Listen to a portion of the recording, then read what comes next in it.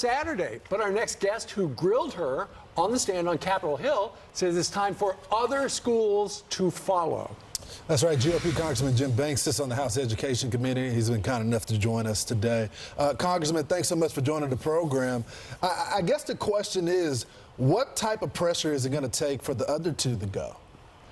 Well, hopefully that comes soon. I mean, remember, McGill didn't just resign. She's just going to the law school to teach. And the reason that she left is because she lost a $100 million donation to the university. So hopefully MIT and Harvard hear from their donors as well. I mean, this is all about money for them. And that's why the House Education Committee last week, under Dr. Fox, our chair's leadership, launched a further investigation into these schools. We're going to subpoena their records, their emails, any documents, anything that proves that these universities aren't creating a safe environment for their Jewish students.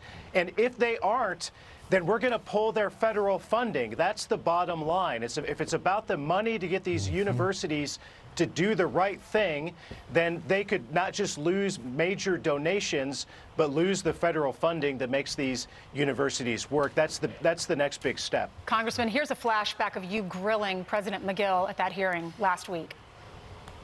Why did Penn let Professor Ahmad Amala off the hook, who led hundreds of students in chanting, "There's only one solution, Intifada revolution"? Why does that professor still have a job at your university? Representative, our approach to speech is, as I identified, it follows and is guided by the United States Constitution, which allows for robust perspectives.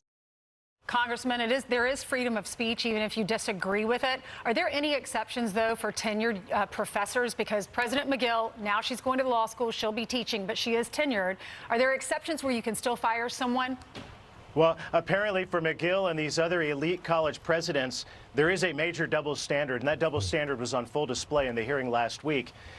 Take, for example, a speaker who came to University of Pennsylvania to speak, but they canceled his speech because he previously worked for the Donald Trump administration. Or they fired Amy Wax, a conservative law professor. But McGill, who can't even with a straight face say that genocide against the Jewish people is against the code of conduct, or is violent speech on her college campus, can go teach at the law school. So there's a giant double standard here. These universities have become cesspools for left-wing political activism. They're not about teaching our kids and training them for the workforce, and that's why we got to cut off their money. Right, real quick, 10 seconds.